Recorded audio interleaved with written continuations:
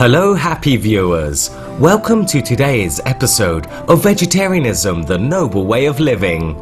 On today's program, we will visit some adorable animals of all shapes and sizes, and their very capable, loving parent who took them in when they were orphaned. Now who could possibly take care of so many brothers and sisters, from baby bunnies to ducklings, kittens to chickens, puppies to geese? Believe it or not, there is a Rottweiler dog who does just that. Meet Dave, a 7-year-old strong but cuddly canine who is an absolute pro at nursing vulnerable baby animals. Bowing down to selflessly shower affection and perking up to lovingly listen, Dave is always watching out for his furry and feathered family around him. He has to take care of them. His big heart just can't help it. He's a big dog, you don't know what's going to happen. And then as soon as you see him lick this tiny little bundle of fluff, it just melts your heart, that's it really. You just kind of go gaga for it, it's just too cute.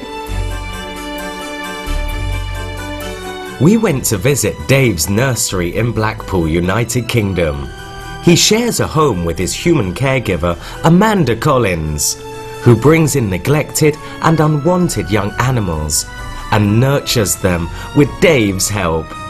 Their first adoptee was one lucky little bunny. When it all started, it was with Wednesday, who's wet. He was about this big when we got him, about the same size of his head, and he was going to be food. So I had to get him. I think he was a couple of weeks too young to be taken off from his mum in the first place. And then he's shoved in this little cold pen cage and then ripped away from the cage and given to me and then just plonked in this. So it was all a bit, ooh, what's going on?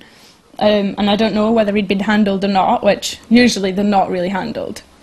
So I brought him home and Dave would have only have been 9-10 months and I thought, I know, he's soft.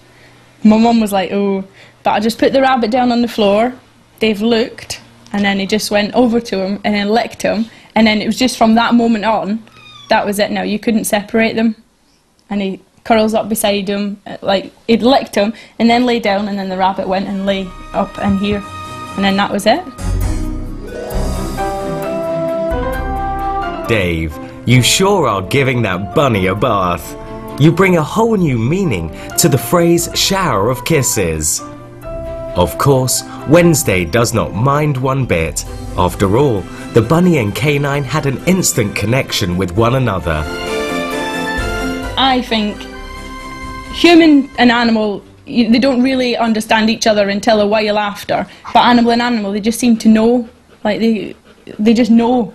He realised that he should have had a mum, although he's the wrong sex for that, wrong species for that, but he still thinks he could fill that void in the rabbit's life. And as you can see from the rabbit, I think it's kind of worked because it's just so soft now. He's a mummy! Like, if we're outside and I can say, where's your babies? And just say we can have the chickens and everything, and he will go out and he'll count them all, make sure they're alright. But because he's just had the cat meow, he's wondering why she's meowing, he wants to know what's wrong with her now. So he's like, that's why he wants to go and check, make sure she's alright. It's just like a mum. If a mum hears any of her babies, or if they look a bit worried or whatever, they want to go and see, they want to go and make sure their babies are alright. A model guardian, Dave brings up his adopted kids to be responsible and upright. As well as potty training, this parental pooch teaches his children table manners and gets them to eat their greens. If they need cleaning, they get cleaning. If they're not eating, he'll go over to their food, kind of like look at them, take a little bit. It's as if he's telling them what to do. When they were both younger, they're like, oh, well, what do I do with this? So he'll go up and he'll nibble at it, and then they're like, oh yeah, this is what we do. But they're definitely not skinny rabbits. They know how to eat the food now. Like her rabbit siblings, Frida the dog is a healthy, happy girl. But it was not always so. Next, let's find out about how Dave nurtured the once very sick and fragile pup back to vigour. Problem dog that we got was a little puppy called Frida. She was just a little crossbreed, and I was walking past a van, and it was a young lad, and she was just in a cage on the back of this van, and it's a naughty thing to do. You should never buy off someone like that, but you just can't leave it at the same time. So I come home, I went, "I'm sorry, Mum, look, I've done it again." So she went, "Oh no." But she was just too small and fragile. Honestly, she was about that big. And I seen Dave, he was like, "Oh, a new baby, a new baby." And I went, "You can't, not this time, mate, not this time," because she was really ill. She was really not well, fleas and everything. So I was in the bathroom trying to just clean her up a little bit, and she was so fragile. It's just really breaks your heart on how small she was. And she wasn't like this softy. So he was out, and I'd shut the bathroom door, and he was whinging, you know, whimpering, "Ooh, ooh, I want to see the baby," because he's seen me with a baby, and usually if we have a baby, he has it. Like, not this time, just couldn't risk it, because she was absolutely petrified.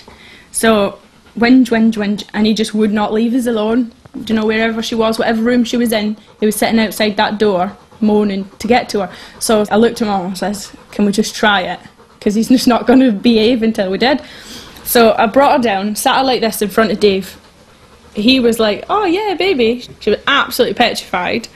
But he lay on the couch, and he was in a really quiet mood, and he kind of sensed that she wasn't right.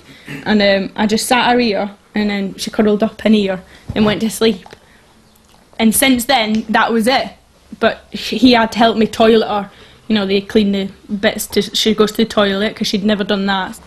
And then he kept her clean, and she wasn't eating.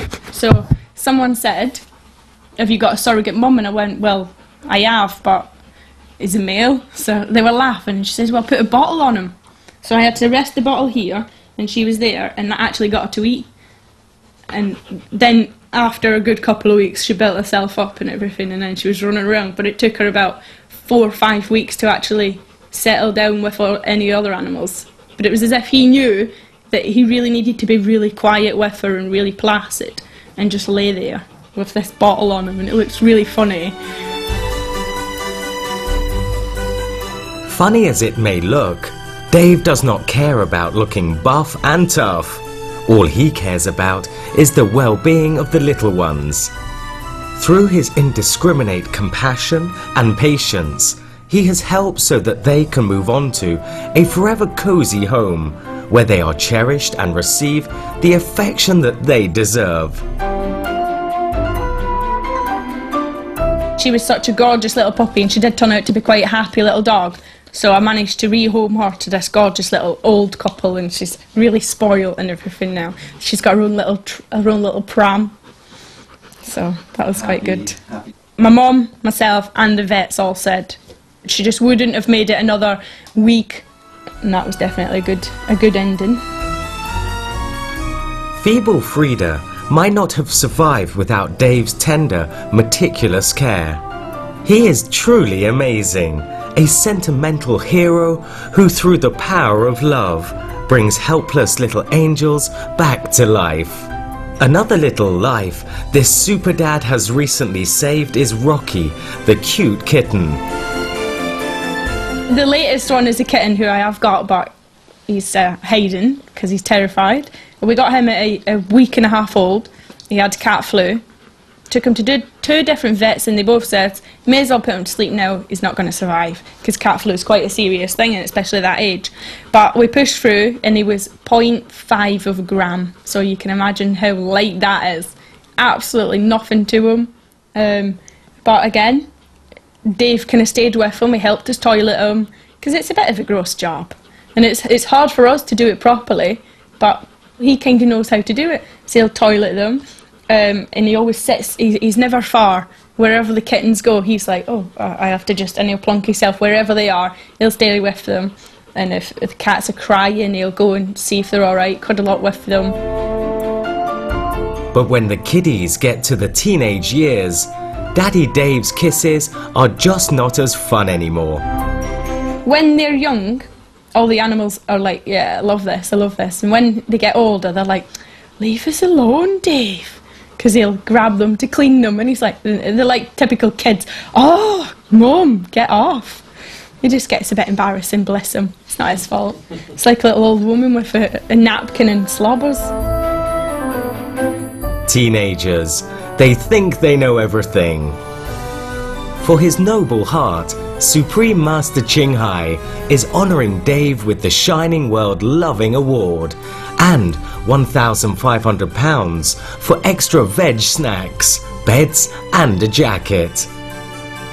Supreme Master Ching Hai is herself a devoted animal lover with 10 adopted dogs of her own who have inspired her to write the #1 international best-selling book, The Dogs in My Life. One of these dogs is also a Rottweiler named Goody.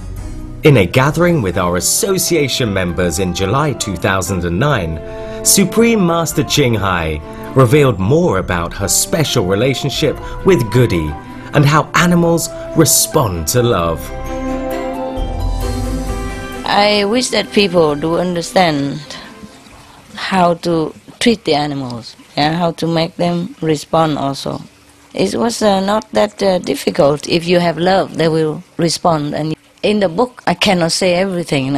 Originally, I don't dare to write all the telepathic communication between me and Goody even, or to other dogs even, because I'm worried people might not believe it and thinking something else. So I don't write much about it in there. I just write like a dogs, you know, normal dogs. But they are very, very special beings, very intelligent, very highly spiritual. Yes. Goody was very telepathic, you know. When he first came, I wanted to talk to him. He don't talk much, this guy, you know. He's very quiet. If he wants something, he come to you and push you on the ground until you kiss him, hug him. If you don't give him kiss and hug, and he just hang around or push you around, you know, or push you on the ground and then kiss you. Bright viewers, thank you for being with us today for Vegetarianism, the Noble Way of Living. Please join us again next week for part 2 of our program, Dave the Endearing Rottweiler Dog Daddy, where we will meet the rest of his precious family and find out about his exciting hobbies. Coming up next on Supreme Master Television is Between Master and Disciples. May all beings be treasured and loved. For more details, please visit www.suprememastertv.com/veg.